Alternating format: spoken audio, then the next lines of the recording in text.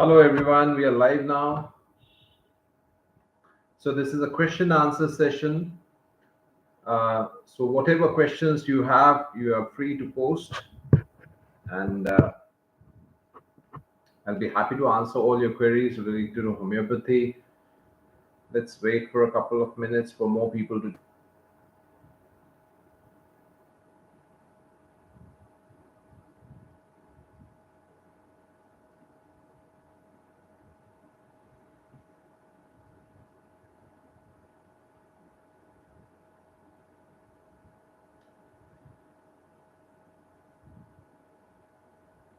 So any questions related to homeopathy are welcome, related to your studies, organon, philosophy, materia medica, whatever comes to your mind. If I do know the answer to your questions, I'll try to help you with the right answers.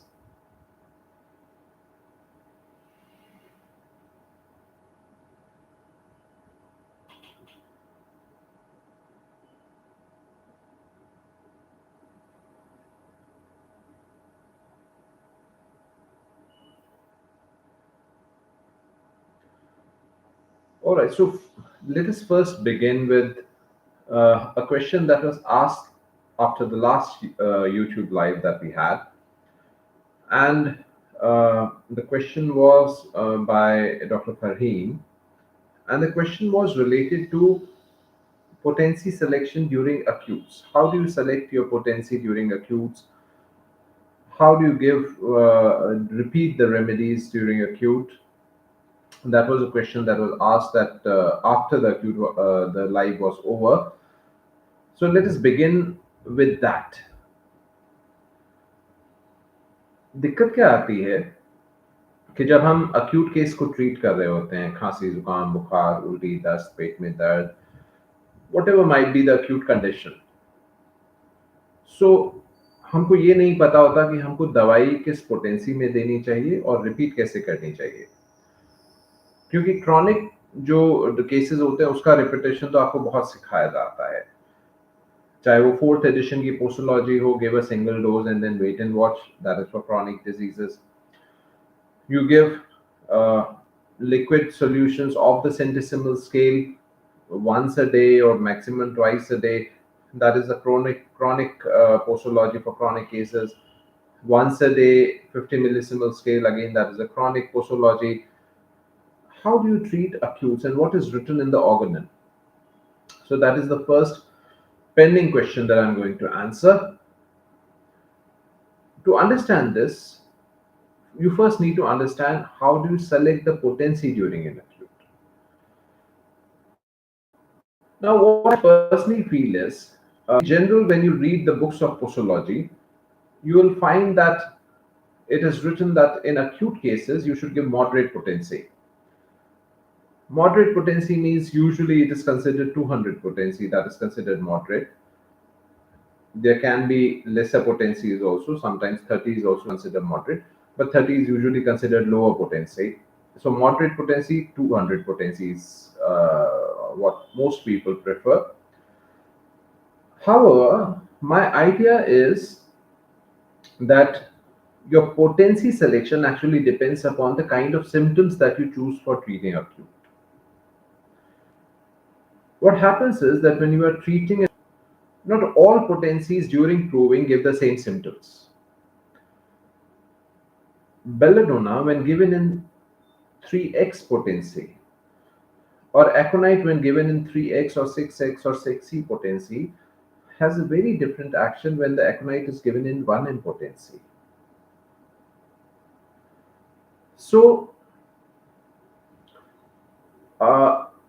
before I move further, I because this is YouTube and Insta live together, so we'll not let anyone join the Insta live. You can just post your questions in the chat box. So, what happens is when you are doing a case taking, not every case is prescribed on the basis of mental symptoms.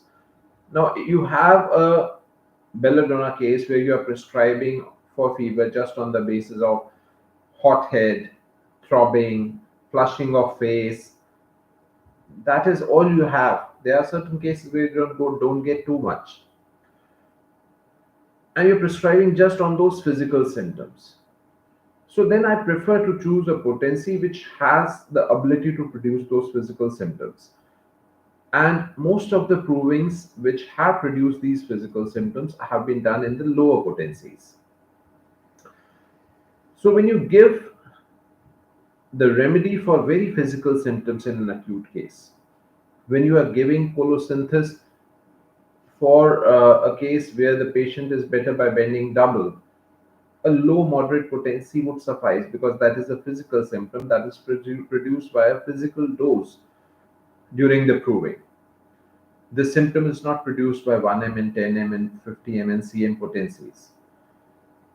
So, but if you are giving polosynthesis for an acute that comes after a severe bout of anger, then a 1 m might suffice.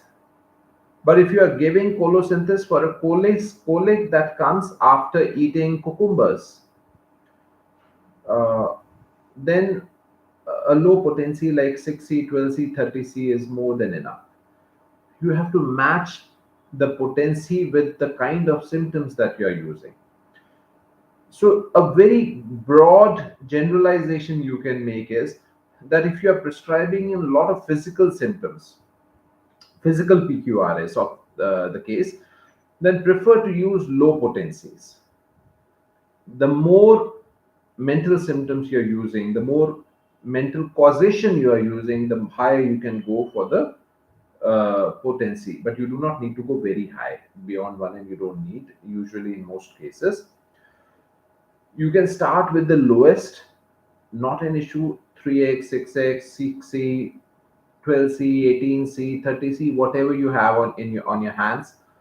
जो है आपके पास वहां से शुरू कर सकते हो, 30C या 30C से शुरू कर सकते हो, पर 30C जरूरी नहीं होता. बहुत सारे केसेस में 12C, 6C वो भी काम करता है. अच्छा, again how the physicality of the case is important. कितने फिजिकल सिम्टम्स हैं वो बहुत मैटर करता है इस चीज के लिए कि आप पोटेंसी क्या सेलेक्ट करते हो. तो एक जनरल रूल रखो अपने दिमाग में कि अगर आप ऐसे सिम्टम्स चूज कर रहे हो जो कि फिजिकल है नेचर में एक्यूट को ट्रीट करने के लिए, तो यूज लो मॉडरेट पोटेंसीज. अगर आप ऐसे सिम्टम्स यूज कर रहे हो जहां पर मेंटल कॉजेशन आ रहा है, आपने एलिमेंट्स आफ्टर एंगर लिया, एलिमेंट्स आफ्टर रेप्रिमांड लिया,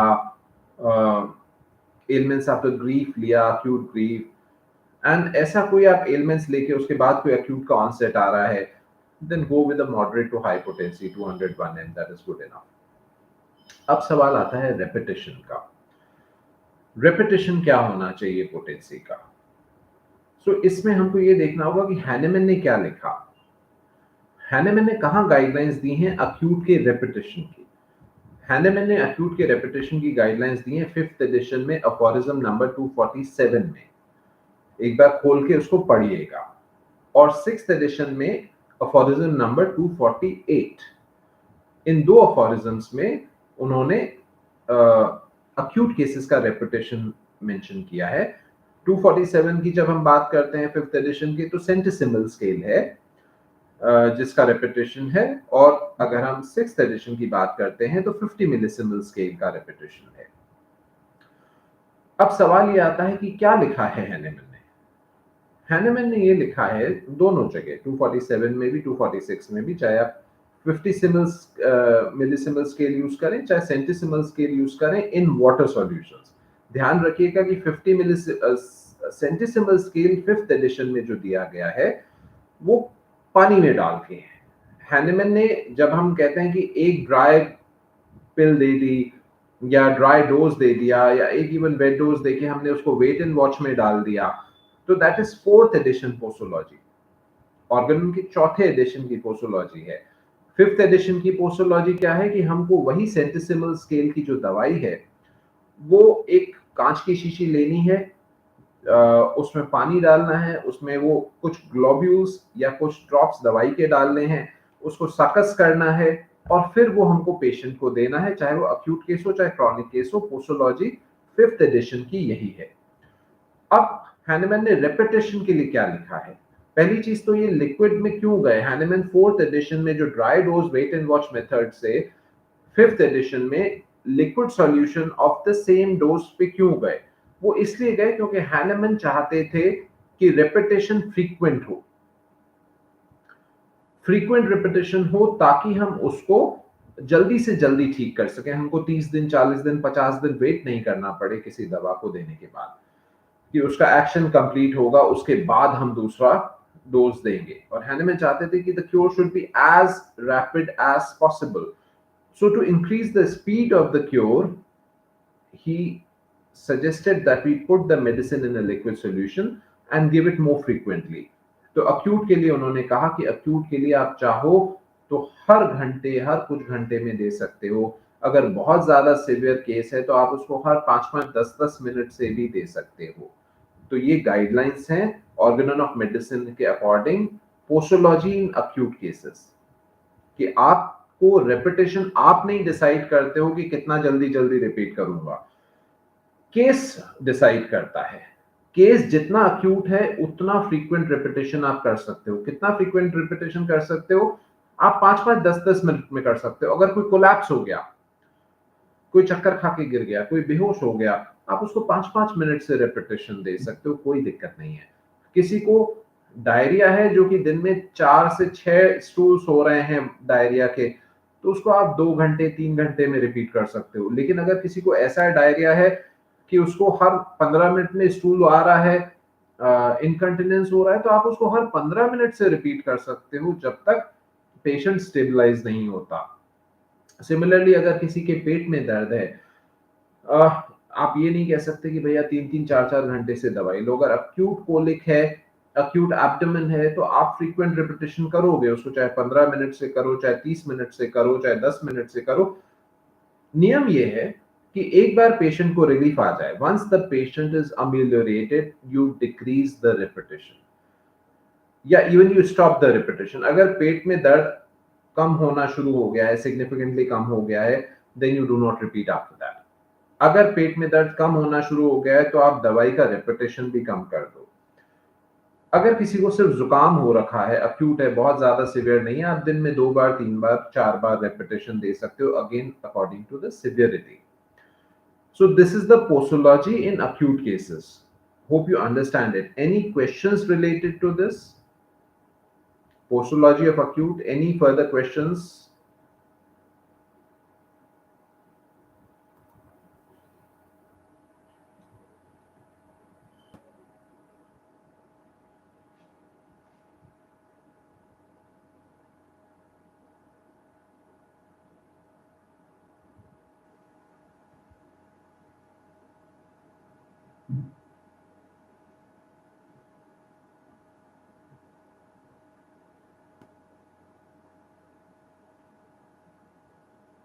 Come on, share your questions so that we can move ahead। And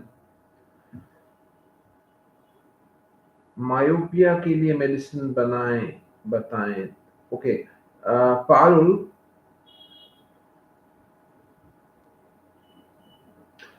myopia के लिए स्ट्रिक्ट दवाई नहीं होती, होम्योपैथी में दवाइयां हैं जो मेंशन है मायोपिया के लिए, बट अगेन क्लासिकल होम्योपैथी में हमको टोटलिटी देखनी पड़ती है केस की। किसी पेशेंट को मायोपिया क्यों हुआ है, हेरिडिटरी है, आई स्ट्रेन की वजह से हुआ है, कोई न्यूट्रिशनल डेफिशिएंसी की वजह से हुआ है, एंड उसी के हिसाब से, और कितना ज्यादा है, कितना रैपिडली इंक्रीजिंग है। There is something called pathological myopia also, जिसमें नंबर बहुत तेजी से बढ़ता है और बहुत ज्यादा बढ़ता है, और एक नॉर्मल मायोपिया है। सो वो चीजें जो है वो आप जब तक हम पूरा, there are therapeutic medicines which you can find in any therapeutic book. I don't need to repeat those medicines here, but I personally prefer कि हम पूरा केस हिस्ट्री लें और उसके अकॉर्डिंग उसको ट्रीट करें। Okay, Sushil Bahl is asking, what is your view on branded medicine? When you are saying branded medicine, I believe you are saying complex medicine, Sushi. Can you confirm that?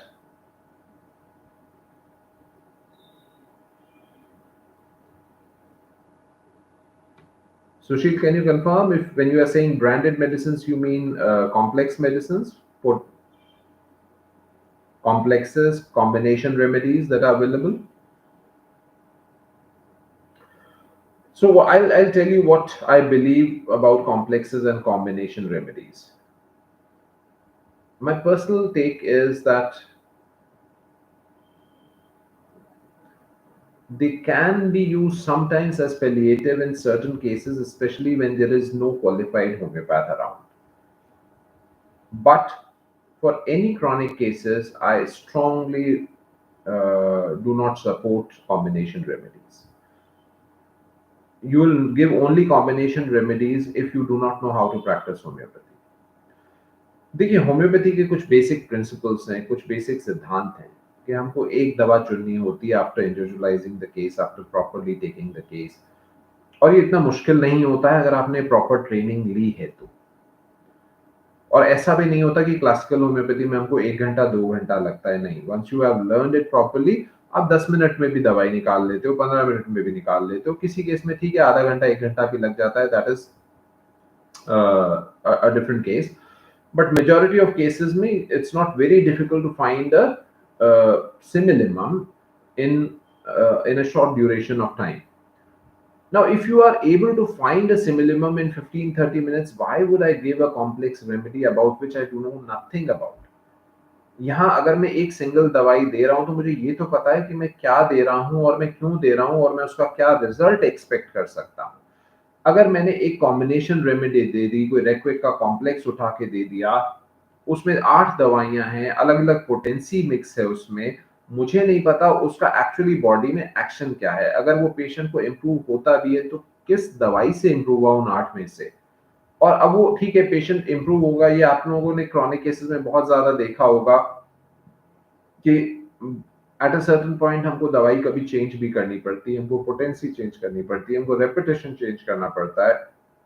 अब आपने chronic case में कोई दवाई रेक्वेक का complex दे दिया, रेक्वेक is just a brand because it's a very popular brand, so इसलिए मेरे जहन में आ गया।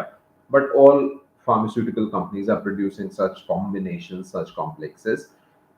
पर जब आप वो कॉम्प्लेक्स किसी भी कंपनी का दे रहे हो, पेशेंट को मान लीजिए इम्प्रूवमेंट आता है, आपको क्या पता किस दवाई से इम्प्रूवमेंट आया। अब उसको रिपीट करना है, कितना करना है, कब तक रिपीट करना है। कल को पेशेंट को कोई नए सिम्टम्स आने शुरू हो गए, बिकॉज ज्यादातर दवाइयां 3x 6x ऐसी पोटेंसी में होती हैं कॉम्बिनेशन रेमेडीज में, तो आपको क्या पता चलेगा कौन सी दवाई के प्रूविंग सिम्टम्स आ रहे हैं, कैसे बंद करोगे आप उस दवाई को। उसके बाद अगर किसी के प्रूविंग सिम्टम्स आना शुरू हो गए, मेडिसिनल सिम्टम्स आना शुरू हो गए, तो क्या करोगे उसके बाद उस केस का। इसलिए मुझे नहीं समझ में आता कि हमको कॉम्प्लेक्स रेमेडीज या कॉम्बिनेशन रेमेडीज यूज करनी चाहिए क्रॉनिक केसेस में। अक्यूट केसेस में ओवर द काउंटर ठीक है, कभी लोग ले लेते हैं, I am not dead against it. कई बार होम्योपैथ्स नहीं होते, बहुत सारी कंट्रीज में होम्योपैथी डॉक्टर्स अवेलेबल नहीं होते एंड वहाँ पे ओवर द काउंटर होम्योपैथी चलती है इस तरह की। बट इंडिया जैसी कंट्री में जहाँ पे एक होम्योपैथिक डॉक्टर को 5.5 साल की ट्रेनिंग मिलती है और there are tons of teachers available for clinical training also, वहाँ पर अगर होम्योपैथिक डॉक्टर्स अगर इस तरह की प्रैक्टिस करते हैं तो I don't think that there is any excuse for such poor practice. So these are my views on homeopathic combinations and complexes. Okay, what else? Any more questions? Any further questions?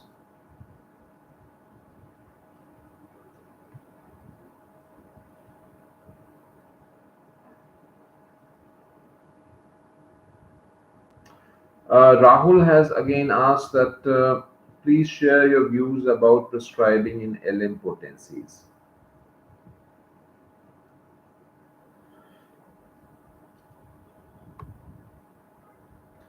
Okay, so LM potencies very easy to use. कोई बहुत बड़ा कोई खेल नहीं है LM potencies में। देखो, LM potencies usually pills में आती हैं, ठीक है। LM potencies 0/1 से लेकर 0/30 तक अवेलेबल है और हम यूजुअली 0/1 या 0/2 से शुरू करते हैं, बट ऐसा जरूरी नहीं होता। आप 0/3, 0/4, 0/5 से भी शुरू कर सकते हैं।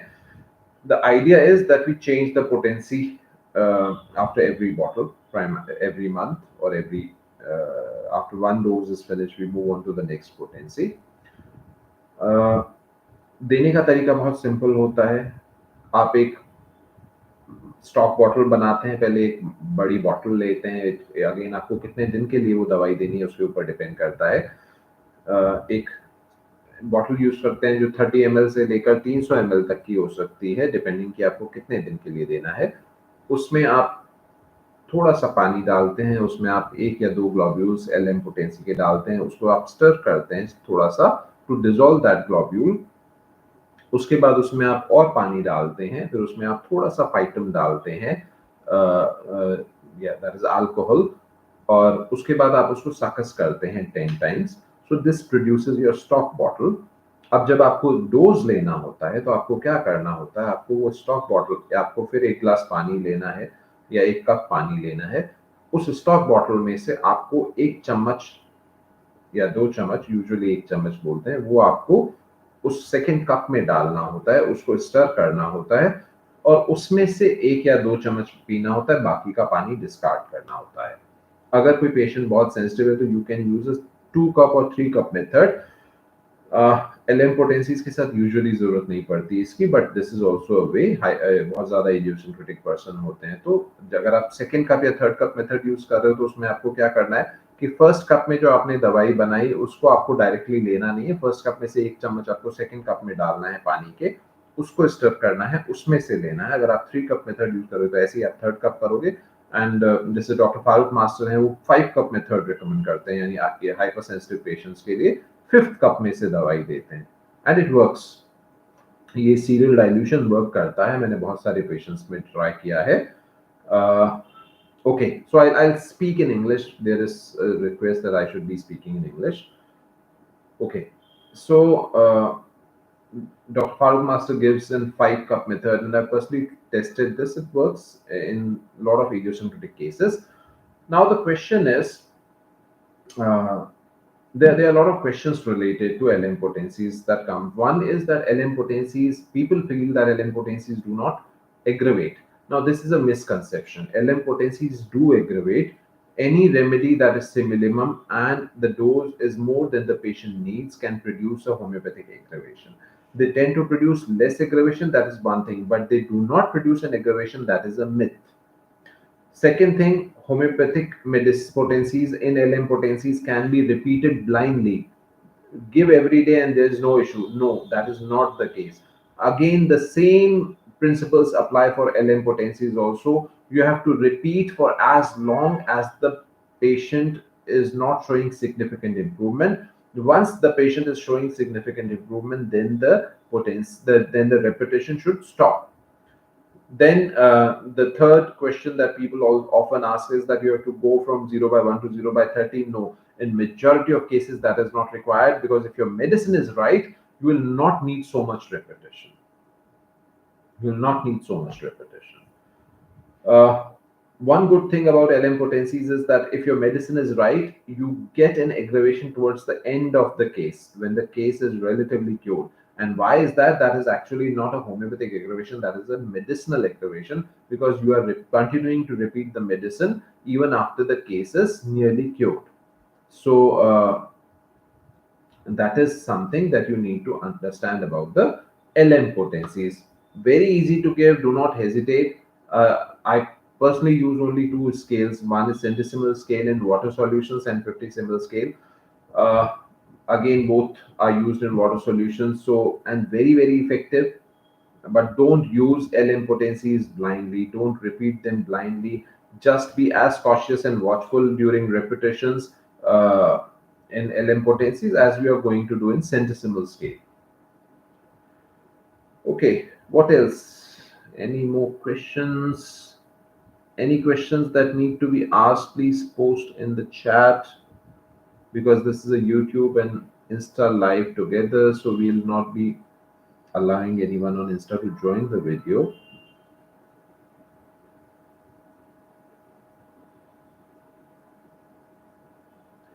Arban has asked, what is the best book to read on chronic diseases? The best book to read on chronic diseases is The Chronic Diseases by Samuel Hahnemann.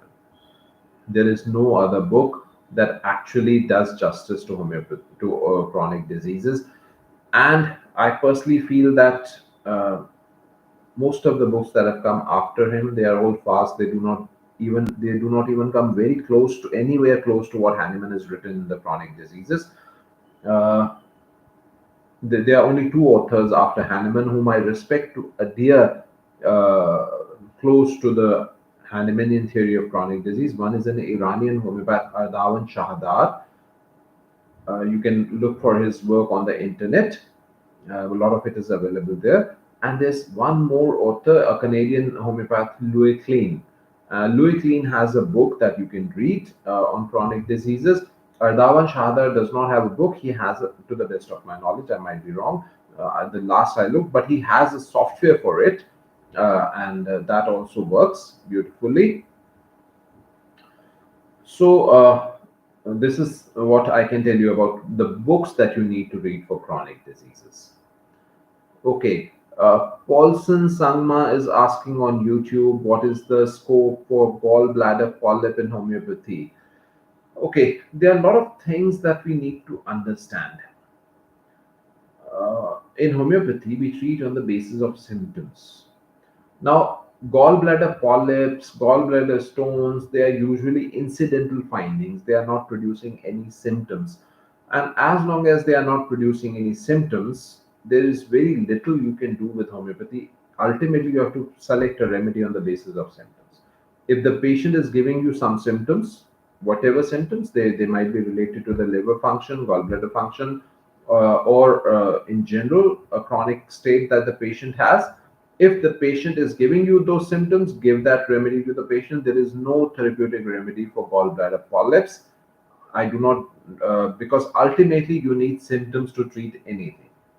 And 99.9% time, a gallbladder polyp is just an incidental finding where you have done sonography for some other thing, and then it is written in the sonography that the patient has gallbladder polyp. I would personally ignore it, not even treat it. Okay, Rajan Shivan is again asking about the name of the two authors. One is Ardawan Shahadar from Iran, and another is Louis Klein from Canada.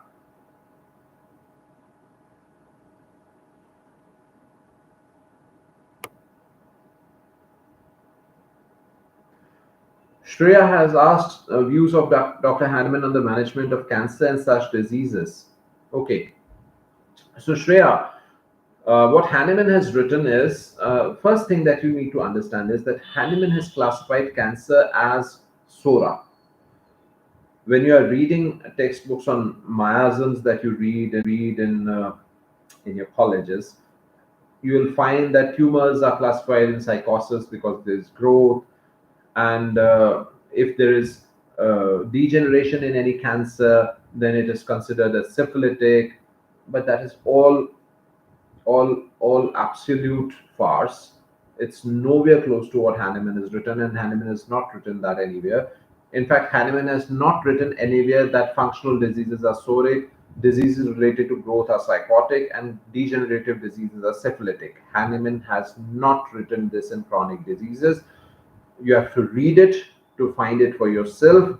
Most of the chronic diseases that you read in your college, they are all derived. They are work of Ortega, they are work of Kent, they are work of H. A. Roberts, Stuart Claus, but they are not the words of Hahnemann. What Hahnemann has written is that nearly all cancers are soric in origin. And when he says soric in origin, what it means is that there is, my personal take on it is, because nobody knows what Hahnemann exactly meant from Sora uh, at that time, but I personally feel is that there was a condition where Hahnemann was able to identify a lot of diseases coming after syphilis or after gonorrhea or genital warts. The rest of the diseases is classified as SORA, and for me, that SORA includes a lot of viral diseases and the hereditary conditions that a person is born with, hereditary susceptibility that the person is born with. So, Gladwin, as I said, read Hahnemann's book itself, The Chronic Diseases, to understand this concept of psoriasis, syphilis, and psychosis. You have to read it from the source book. Otherwise, all derived books are way off from what Hahnemann meant. So this is what Hahnemann has written. So if you need to treat psora, you need an anti-psoric remedy. And what is an anti-psoric remedy? As an anti-psoric remedy is a remedy that covers the current complaints, the past medical history of the patient, and the family tendency of the patient. If your remedy covers all that, then you can treat cancer, just like any psoric problem or any miasmatic problem. That is how you treat miasmatic complaints.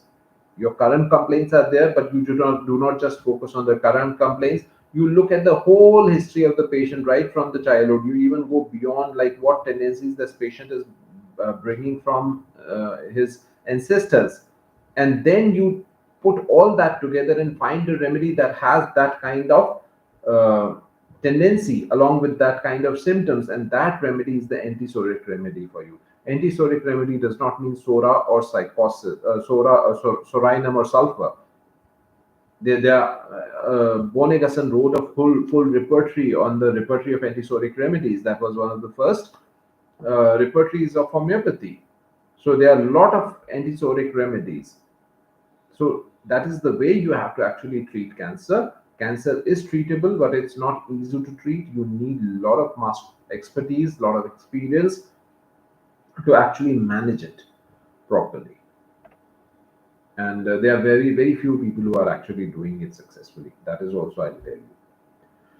And one of the reasons is that there are very few people who get cancer patients which are untreated, which have not had chemotherapy, which have not had radiotherapy, which are not on the last stage of cancer. Even in my own practice, the most of the cancer cases that I get, they are last stage cases. They have done the chemotherapy, they have done the radiotherapy, and now their conventional medicine has nothing to offer. Then they come to you, sir, can you do something? And then it becomes nearly impossible to do something radical for such patients. Uh, but there are a couple of people who are doing. A.U. Ramakrishna is very famous down south, uh, and the modern master is Dr. Sunil Mal Sarkar. He has a lot of experience with cancer cases and with beautiful results. So yes, people are doing good work, but you need a lot of experience in treating those cases. But of course, you get experience only once you start treating them. Okay, what else? Tofil and one more person. I will not be adding you to the live video. Post your questions to on the chat in the chat.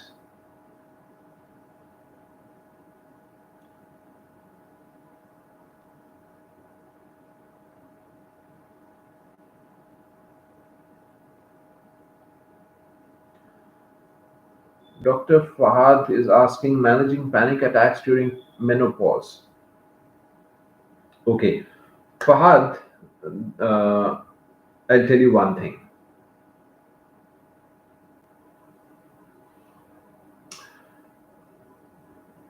There are two conditions. Menopause is not a disease. Menopause is a physiological process. It's just that during menopause, the body is going through a flux, so a lot of things happen. Not everybody gets a panic attack during menopause. So you do not have to treat the panic attack, you have to treat the person who has the panic attack. Menopause, every female gets menopause, but does every female get panic attacks? No. So since every female doesn't get panic attack, that means it's not the panic attack that needs to be treated. It is the female who gets the panic attack that needs to be treated. And how do you treat that female? You treat the female by taking the full case history, trying to understand her susceptibility, her sensitivity, her mental makeup, her emotional makeup, her stress factors in life, why she's reacting the way she is reacting. And then you select a remedy on that basis, and that remedy is going to help that patient. Again, there are two things in it. One is a chronic case, this is a chronic case, but there is an acute on chronic. Now, when the patient is in acute state, There's acute panic state right now happening, not a tendency for that, then you need an acute remedy for that. You might need a moscus for that, you might need an aconite for that, you might need an arsenic for that, and that acute remedy, which is to be given at the time of panic attack, would be different, would be often different from the remedy that will be required uh, to actually remove the tendency for such panic attacks. Okay, what else? Any other questions?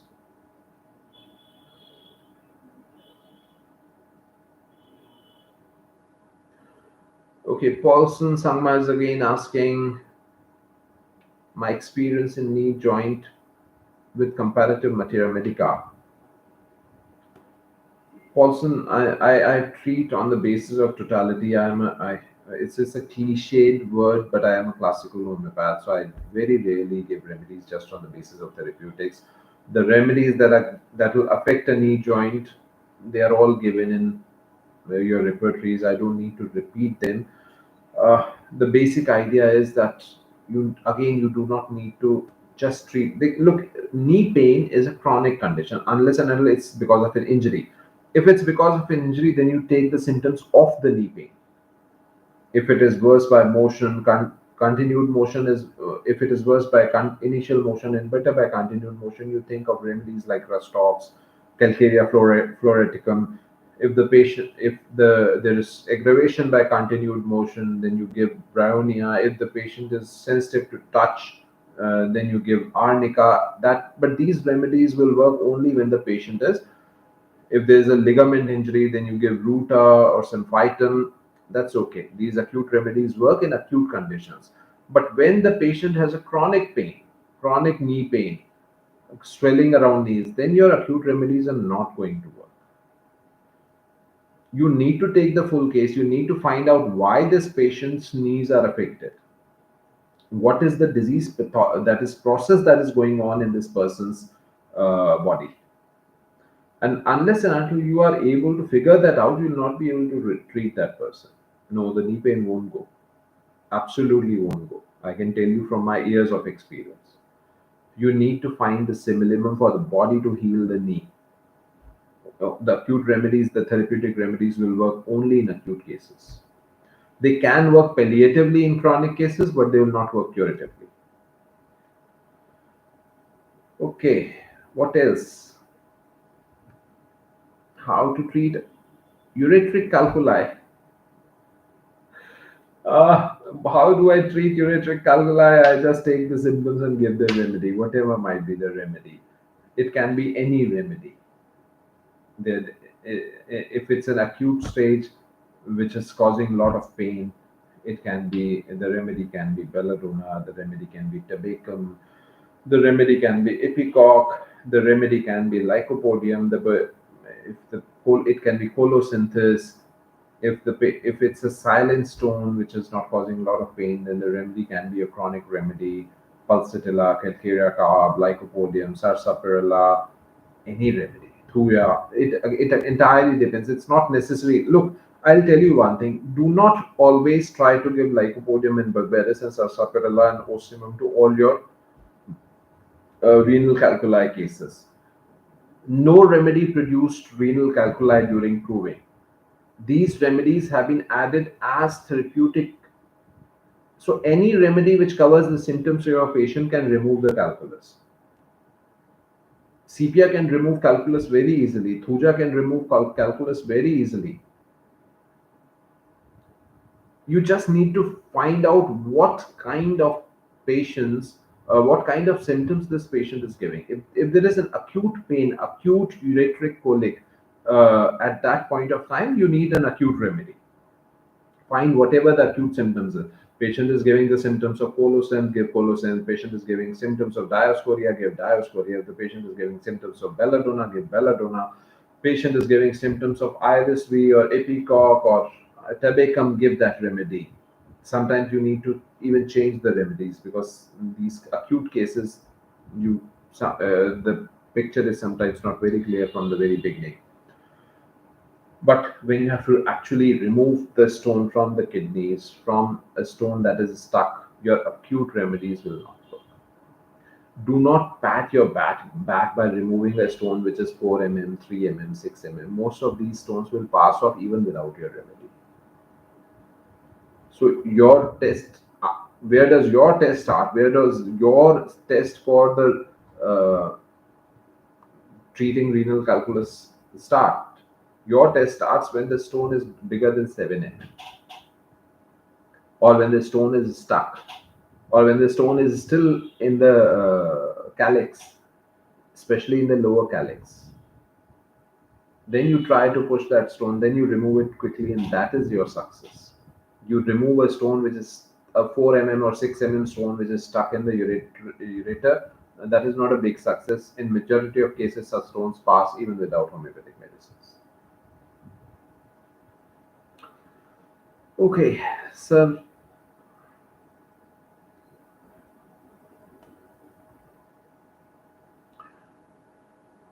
Fahad is asking, honestly, need to know whether end stage renal disease on dialysis can be cured with homeopathy. In some cases, it can be. In some cases, it can be. I have seen some cases of Dr. Nikam from Pune, who is not all cases, very difficult to treat. I'll absolutely agree that it's very difficult to treat. Majority of homeopaths will not be able to do justice to them. Uh, but a few are there who are able to work with such cases, and they do give good results. There's nothing to lose in trying, but again, it's not easy to treat. Absolutely agree to that. Keloids, holistic homeopathy. Keloids can be treated with homeopathy. There are a lot of remedies that do work according to the symptoms. Silicea is given there, Silicea does work. Uh, but in my clinical experience, I'll tell you, a lot of patients that I've treated with keloids, they have needed remedies like carcinosin or Kali group remedies. Instead of Thuya and Silicea, uh, it's again, it depends upon the symptoms, but I have personally found that these remedies seem to be more indicated where the patients have got pathological keloids, multiple keloids on chest and shoulders, or every injury turns into keloid. Then a lot of my patients have required carcinosin or Kali group of remedies, but again, you have to take the case.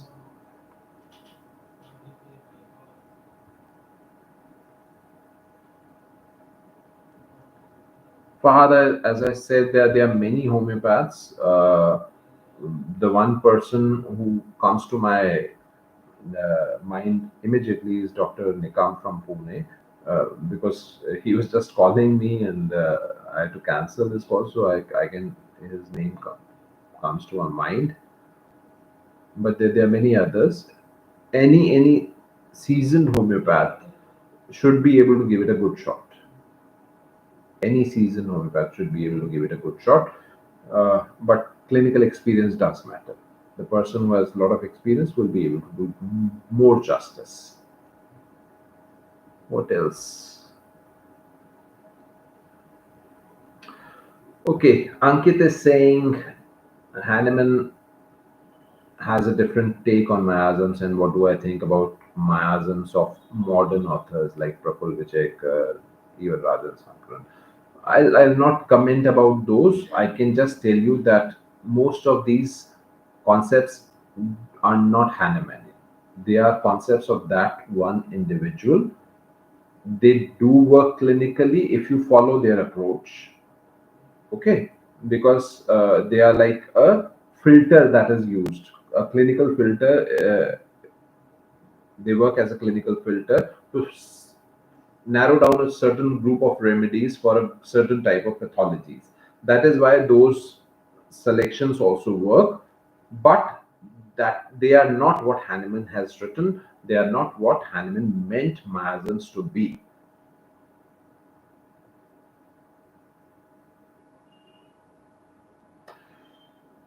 Raji is asking how to convince patients who come to us during febrile state to give medicine in afebrile state.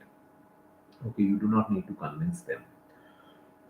Uh, if you have attended my last live session about treating fevers and how to when do you prescribe for fevers, I had said that according to Hahnemann, the remedy should be given during the afebrile stage. That is when the fever starts to abate.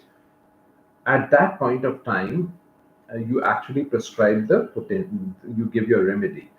So that is what Hahnemann has written, and in that continuation, Raji is asking, how do I convince a patient to take the remedy not when he has the fever, but when the fever is going down?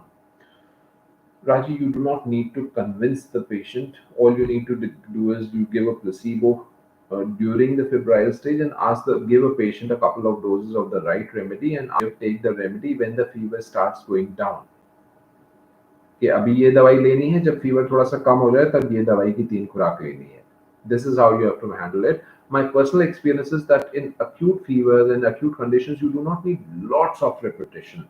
If your remedy is right and the patient is vitally strong enough, then just a couple of doses are able to set the patient right in majority of cases. I'm not saying all the cases, but in majority of cases. So this is something that you can try.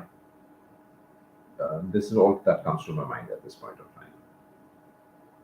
What else? Any other question? And can cases of diabetes type 2 manageable with constitutional medicine?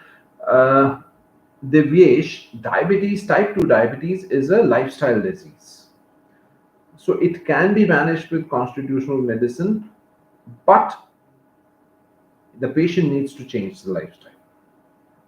If the patient continues to eat fat rich food, if the patient does not lose weight, if the patient does not exercise, then even your constitutional medicine will not be able to do wonders.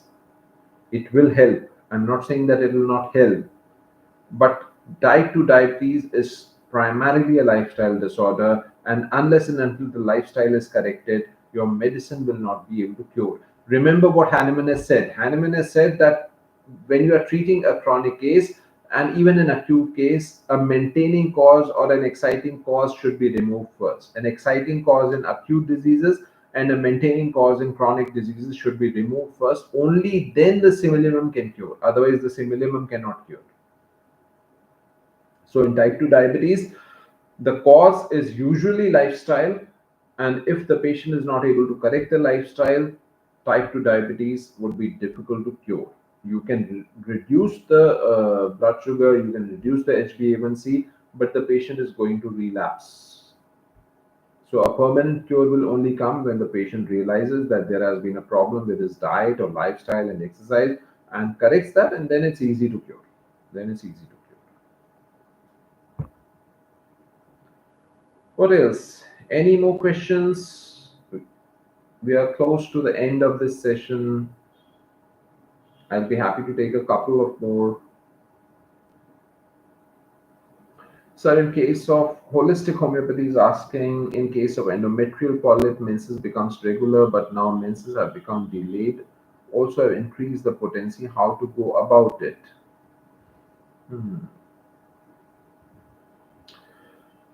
What happens is, what I've personally seen in cases of endometrial polyps and a lot of other chronic diseases, that sometimes what happens is that you are giving a remedy on the basis of symptoms, local symptoms, and the local symptoms improve.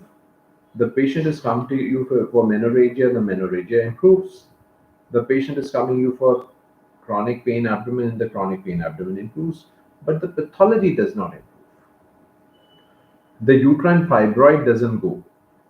The uterine polyp doesn't go. And the reason for even gallstone colic will disappear, but the gallstone won't disappear. My personal experience says that most of the time this happens because the remedy is partially similar.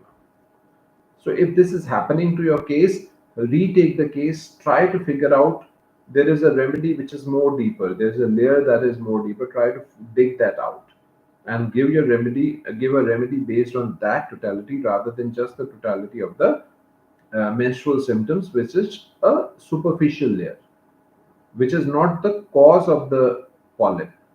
It is the result of the polyp. The menstrual symptoms, the menorrhagia, the dysmenorrhea that these females get, they are the result of they're the outcome, they are the result, they are not the cause. So you need to actually go beyond and try to find the cause in that case. And when you prescribe on that cause and on that totality, you can say giving a constitutional, but constitutional is a cliched word. I won't say constitutional. I'll say that try to figure out what is the cause of that pathology developing in that person. Nothing happens without a cause. The person's health must have deviated or become abnormal because of certain factors in their life. It could be past illnesses, past treatments that she has taken, stress factors in life, the genetic tendencies that she has taken. You have to dig all that data and then put all of that together to figure out what remedy, what could have caused what, and what remedies might require.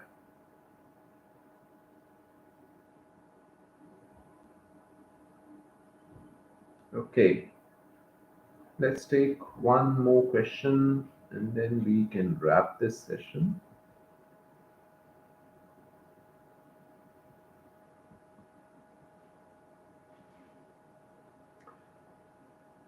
Carcinosin as an intercurrent remedy. Why do you need an intercurrent remedy? No remedy should be given as an intercurrent remedy without the if the remedy is not indicated. ऐसा नहीं होता है कि the patient requires sulfur and intercurrently you give carcinosin. Either the patient requires carcinosin or the patient does not require carcinosin.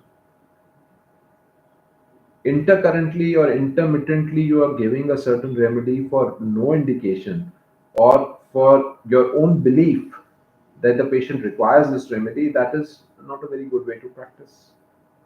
If there is a certain indication for carcinosin, you can give after whatever remedy you have given before carcinosin. That is not an issue.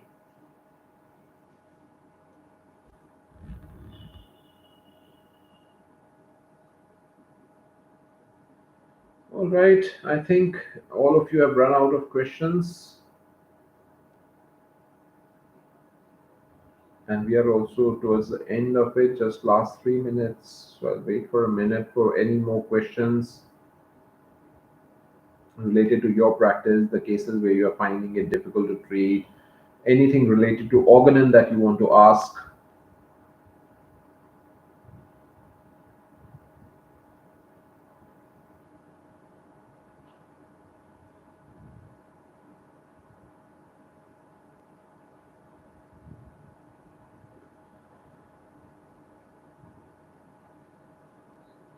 HomeoHealth has asked on YouTube to give tips for acute cases. I've already spoken a lot about acute cases, acute pathology today. Uh, Again, another question in approaching type 1 diabetes mellitus. Type 1 diabetes mellitus is not easy to treat. If it is running in the family, there are two types of type 1 diabetes. One is acquired and another is familial. Familial type 1 diabetes is not easy to treat. Acquired type 1 diabetes, which sometimes occurs after viral illness where there is no family history, that can be treated with homeopathy.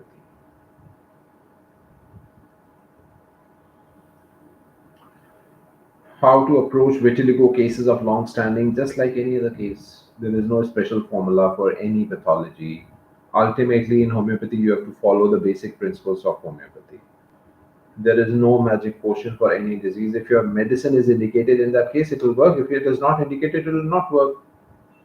As simple as that. You can look for shortcuts, but you can take my words. I have a lot of experience in this. Shortcuts never work. At least they never work profoundly. They can work superficially, but they will not work profoundly. So if you are looking for a therapeutic approach to treating vitiligo or diabetes, I'm not the right person for that.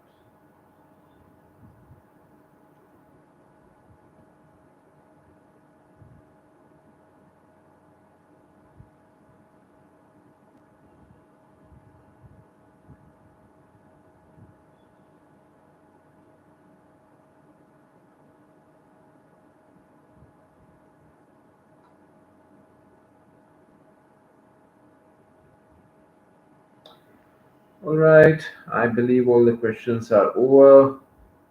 So I hope you have enjoyed these live sessions, like question and answer sessions that we are putting up. And I'm enjoying answering all the queries for you. I hope you gain from something from these sessions. We'll meet again next month with more questions. Stay tuned and join me again next month for more set of question and answers.